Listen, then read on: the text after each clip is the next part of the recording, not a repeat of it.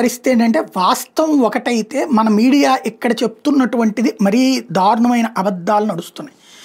చైనాలో ఉన్నటువంటి మీడియా సంస్థలేమో అక్కడ ఇట్లాగా ప్రొజెక్ట్ చేస్తున్నాయి. ఖాళీగా ఉంటున్నటువంటి పరిస్థితులకు సంబంధించి షాంఘై ఖాళీగా ఉన్నటువంటిది, అట్లాగే అక్కడ ఎయిర్పోర్ట్లు ఖాళీగా ఉన్నాయి, 3 మేజర్ కమర్షియల్ స్ట్రీట్స్ పూర్తిగా ఖాళీగా తిరుగుతున్నటువంటి, ఒకప్పుడు న్యూయార్క్ లాగా ఎప్పుడు హడావిడిగా ఉండేటటువంటి ప్రాంతాలు.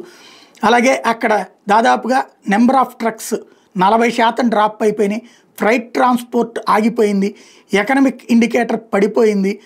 అదే సందర్భంలో మార్కెట్లన్నీ కూడా ఖాళీగా ఉంటున్నాయి, వ్యాపార సంస్థలు ఇవన్నీ కూడా అన్నటువంటిది ఒక పక్కన ప్రొజెక్ట్ అవుతున్నాయి. బట్ మన దగ్గర ఇక్కడ ఏం చెప్తున్నారు, అంతా బాగుంది అన్నటువంటి కోణం చెప్పుకొస్తున్నారు.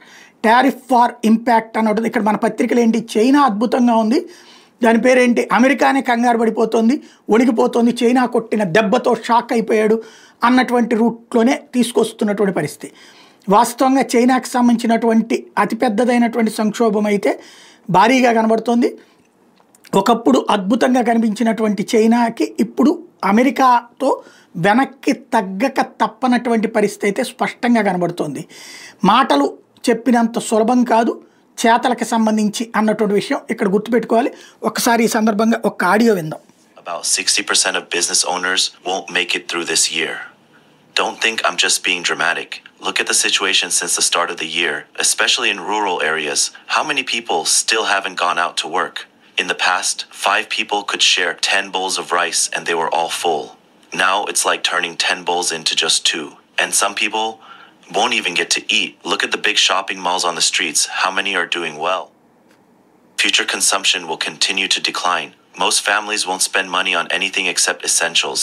It hasn't even been long since the new year, and many bosses are already unable to hold on. Another blogger is even more aware of the situation. Society like this. I just want to ask, who did you survey? You're lying without even pretending. Prices for everything are skyrocketing, but incomes, for years, they haven't increased by a single cent. This year, the price of corn is just over $1 per kilo, which is even less than a bottle of mineral water. A whole year's worth of work on a piece of land might only bring in 1 or 2,000 yuan. It's not even enough for basic medical expenses. Isn't that ridiculous? For ordinary people, if you don't borrow money, you're having a good year. Where is the money for farmers going? Meanwhile, officials are collecting millions or even billions. ఇది అక్కడేమో ఓ పక్కన ఇలాంటి స్టేట్మెంట్లు ఉంటాయి, ఇక్కడ మన దగ్గరేమో పత్రికలు అంటే వీళ్ళు ఇక్కడ వామపక్ష భావజాలికమైనటువంటి జర్నలిస్టులు కాబట్టి ఆ కోణంలో అక్కడ వీళ్ళే భయపడిపోతున్నారు, వణికిపోతున్నారు అన్నటువంటి దాన్ని ప్రొజెక్ట్ చేసే ప్రయత్నం చేస్తున్నారు.